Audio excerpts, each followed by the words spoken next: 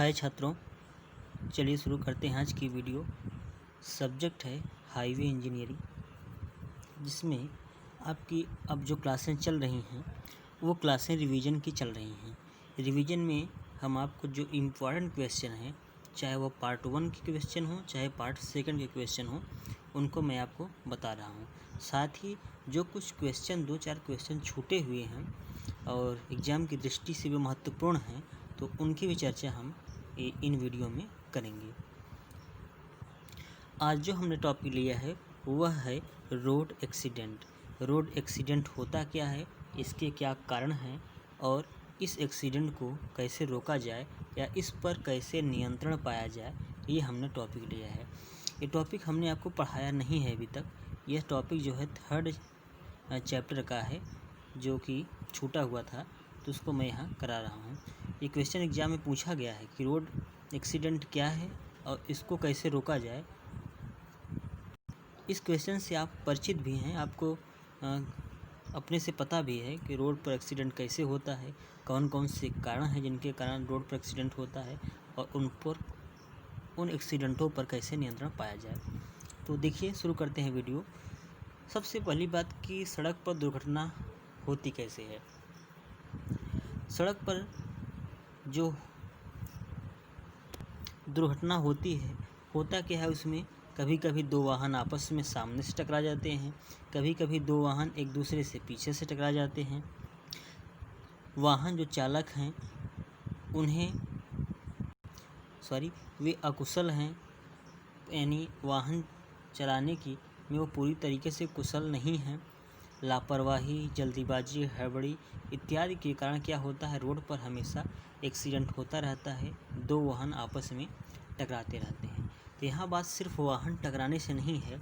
होता क्या है कि रोड एक्सीडेंट में कई बार लोगों की जानें चली जाती हैं, जिससे होता क्या है कि उनके परिवार में गहरा संकट आ जाता है, परिवार में पीड़ा आ जाती है और आने वाले समय में रोज़ाना सड़क पर कई दुर्घटनाएं हमेशा होती रहती हैं। तो इन दुर्घटनाओं को कैसे रोका जाए। दुर्घटनाओं को पूरी तरीके से रोका तो नहीं जा सकता, लेकिन हालांकि इस पर नियंत्रण पाया जा सकता है। तो देखिए, सड़क दुर्घटना के कौन कौन से कारण हैं। सड़क मार्ग पर होने वाली दुर्घटनाओं के कुछ निम्नलिखित कारण हैं। जो रोड पर एक्सीडेंट होते हैं उनके होने के निम्नलिखित कारण हैं। पहला है यातायात की सघनता।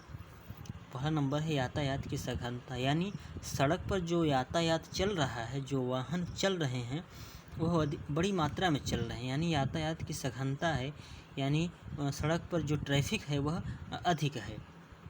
तो होता क्या है कि यातायात की सघनता होने की वजह से कई वाहन जब सड़क पर हमेशा चल रहे हैं कंटिन्यू, और उसमें चालकों की लापरवाही से, जल्दीबाजी में वाहन आपस में टकरा जाते हैं और सड़क पर दुर्घटना हो जाती है। एक कारण है सड़क पर वाहनों की संख्या का अधिक मात्रा में होना। दूसरा नंबर देखिए, ड्राइवरों की लापरवाही।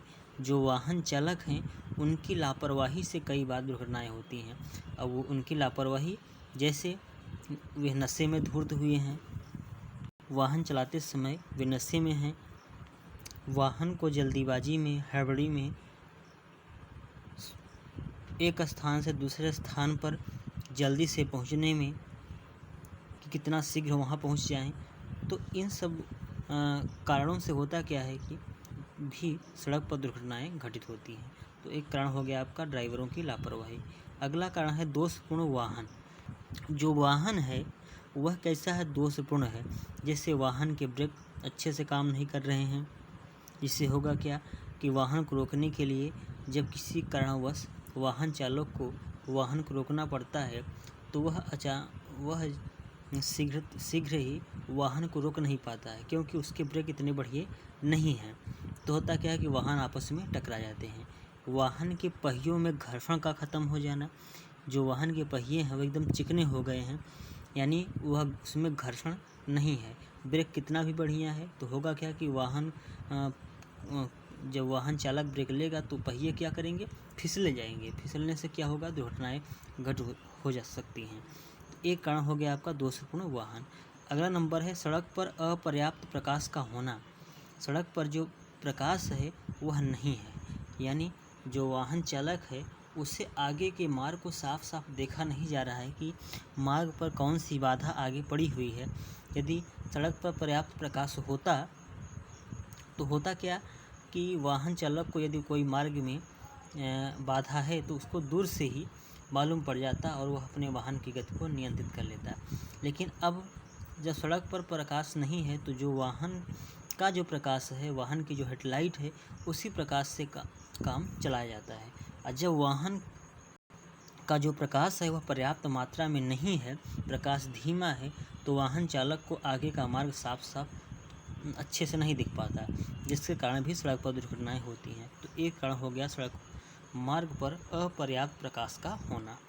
अगला पॉइंट है दोषपूर्ण सड़क पटरी। अच्छा पॉइंट ये है कि जो पेवमेंट है, जो सड़क है, वह सही नहीं है, दोष है उसमें। सड़क टूटी फूटी है, सड़कों में गड्ढे बने हुए हैं, सड़क पर से धूल उठती है, वर्षा ऋतु में कीचड़ उत्पन्न हो जाता है जिससे वाहन फिसलते हैं। तो होता क्या है, सड़क पर दुर्घटनाएं घटित होती हैं। तो एक मुख्य कारण भारतीय सड़कों का यह भी है कि दोषपूर्ण सड़क मार्ग। अगला पॉइंट है अपर्याप्त सड़क संकेत। सड़क पर आप देखे होंगे कि बर्म के दोनों किनारों पर पर्याप्त दूरी पर जहाँ पर संकेतों की आवश्यकता होती है, संकेत का मतलब सड़क किधर मुड़ी हुई है, कैसा मोड़ है, आगे ब्रेकर है कि नहीं है, गति सीमा कितनी रखनी है, आगे कॉलेज विद्यालय तो नहीं है। तो होता क्या है, सड़क के किनारों पर बर्म के सड़क संकेत सिग्नल स्थापित किए जाते हैं। जब वह सड़क संकेत इसलिए स्थापित किए जाते हैं ताकि वाहन चालक को आगे के जो मार्ग है उसको वहाँ पर पहुँचने से पहले ही मालूम हो जाए कि आगे कैसा मार्ग है, वहाँ क्या समस्याएं हैं। तो वाहन चालक को पहले ही पता हो जाता है। तो जिससे होता क्या है कि वाहन चालक उस स्थान पर पहुँचते समय अपने वाहन की गति को नियंत्रित कर लेता है या वाहन को रोक लेता है। तो जब सड़क पर यह संकेत नहीं होंगे तो वाहन चालक को मार्ग का पता नहीं रहेगा। तो होगा क्या, देखे होंगे आप कई अंधे मोड़ों पर वाहन आपस में टकरा जाते हैं, घटनाएं घटित होती हैं। अगला नंबर है वाहन चालक की अकुशलता तथा हड़बड़ी। जो वाहन चालक है वह अकुशल है, यानी उसकी चालकता, वाहन जो चालक है वह वाहन को चलाने में एकदम दक्ष नहीं है, जिससे होता क्या है, सड़क पर दुर्घटनाएं घटित होती हैं उस वाहन चालक की अकुशलता के कारण। साथ ही जल्दीबाजी हड़बड़ी में भी सड़क पर दुर्घटनाएं घटित होती हैं। अब अगला टॉपिक आपका है दुर्घटनाओं की रोकथाम। जो सड़क पर दुर्घटनाएं हो रही हैं इनको कैसे रोका जाए या इस पर कैसे नियंत्रण पाया जाए। तो पहला नंबर देखिए, सड़क के दोनों किनारों पर पर्याप्त चौड़े वन बनाए जाने चाहिए। जो पेवमेंट है इसके दोनों किनारों पर पर्याप्त चौड़े वन बनाए जाएं ताकि जो सड़क मार्ग पर पैदल चलने वाले वाहन हैं वह उस वन पर से चल सकें, जिसके कारण वह जो पैदल वाले चलने वाले वाहन हैं वह अधिक तेज़ गति से चलने वाले वाहनों की चपेट में ना आए, जिससे एक्सीडेंट को रोका जा सकता है। यानी जो पैदल चलने वाले वाहन हैं वह पेवमेंट पर न चलकर बर्म पर चलें, दोनों तरफ के जो बर्म हैं उन पर चलें, जिससे सड़क पर जो वाहन की संख्या है, वह जो ट्रैफिक है वह कम दिखाई दे, कम हो जाए और एक्सीडेंट न हो। अगला नंबर है सड़क पर पर्याप्त सिग्नल स्थापित करके, यानी सड़क मार्ग पर जहाँ पर सिग्नल की आवश्यकता हो वहाँ पर सिग्नल स्थापित किए जाएं और उन सिग्नल में आगे का मार्ग कैसा है यह भी साफ साफ अंकित हो। साथ ही सिग्नल ऐसे स्थापित हों ताकि रात्रि के समय भी उसमें चमकीले वाले पदार्थ लगाए जाएं, ताकि रात्रि के समय भी वाहन चालक को आगे के मार्ग के बारे में जानकारी अच्छे से मालूम हो जाए। तीसरा नंबर है सड़क की चौड़ाई यातायात की सघनता के अनुसार रखनी जानी चाहिए। बढ़िया पॉइंट है ये कि सड़क पर जो दुर्घटनाएं होती हैं उनमें एक कारण यह है कि जो सड़क की जो चौड़ाई है वह यातायात की सघनता के अनुसार नहीं है, उस पर इतना वाहन ट्रैफिक जितना है उस हिसाब से पेवमेंट की चौड़ाई नहीं है। तो यातायात की सघनता के अनुसार सड़क की चौड़ाई को रखा जाना चाहिए। अगला नंबर है दर्श दूरी पर पर्याप्त ध्यान देकर। दर्श दूरी यानी वाहन चालक जिस स्थिति में इस समय है वह अपने आगे के मार्ग को जितना दूरी तक साफ साफ देख पा रहा है उसे कहते हैं दर्श दूरी। तो वक्रों मोड़ों पर यह दर्श दूरी कम हो जाती है, जिससे मोड़ों पर होता क्या है, वक्र मोड़ों पर एक्सीडेंट होने की संभावना बढ़ जाती है। तो दर्श दूरी पर पर्याप्त ध्यान देकर इस एक्सीडेंट को रोका जा सकता है। अगला नंबर देखिए, वक्रों पर आवश्यक वायुत्थान देकर।